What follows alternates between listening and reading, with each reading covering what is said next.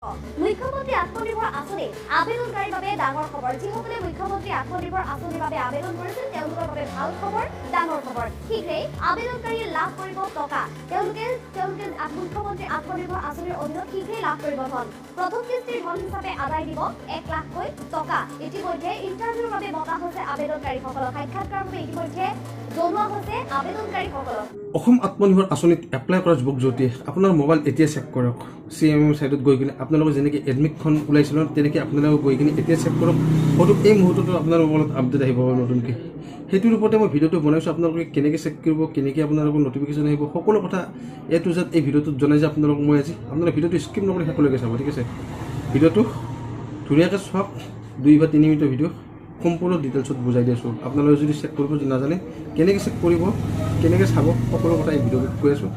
অসম আত্মনিৰ্ভৰ আঁচনিত যিসকল যুৱক যুৱতী এপ্লাই কৰিছিলে সেইসকলৰ 30,000ৰ লিষ্ট আহিব। সেই লিষ্টটো আপোনালোকে কেনেকৈ চেক কৰিব এই ভিডিঅ'টোত মই আপোনালোকক জনাই যাম, ঠিক আছে। আপোনালোকে স্কিপ কৰি চাই পিছত যদি বুজি নাপায় মোক কমেণ্টত যা তা কথাবিলাক নক'ব, ঠিক আছে। ভিডিঅ'টো স্কিপ নকৰি শেষলৈকে চাব।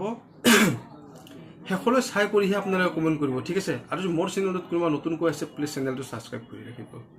মই আপোনালোকক এইকাৰণে স্কিপ কৰি চাব মানা কৰোঁ। যদি স্কিপ কৰি মানে চাই মই যদি কথা এষাৰ আপোনাৰ মাজতে কৈ দিওঁ আপোনালোকে স্কিপ কৰি চালে শেষলৈকে ডাইৰেক্ট প্ৰথমে ষ্টাৰ্টিং কৰিলে শেষলৈকে চালে ক'ত বুজি পাব।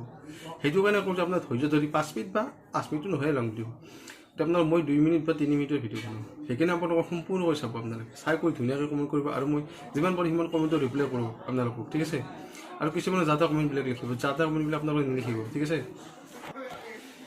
এতিয়া আহোঁ মেইন কথালৈ আপোনালোকৰ, ঠিক আছে। 30,000 যুৱক যদি চিলেক্ট হ'ব সেই চিলেক্ট লিষ্টখন আপোনালোকে কেনেকৈ চাব নিজৰ মোবাইলতে আৰু কেনেকৈ চাব সম্পূৰ্ণ কথা মই কৈ আছোঁ, ঠিক আছে। আপোনালোকক যেনে ধৰণে এডমিট দিয়া হৈছিলে, ঠিক আছে। প্ৰথম কথাটো মই লিখিব যেনেদৰে এডমিট দিয়া হৈছিলে ঠিক তেনেদৰে আপোনালোকৰ মোবাইলত এটা আপডেট আহিব, ঠিক আছে।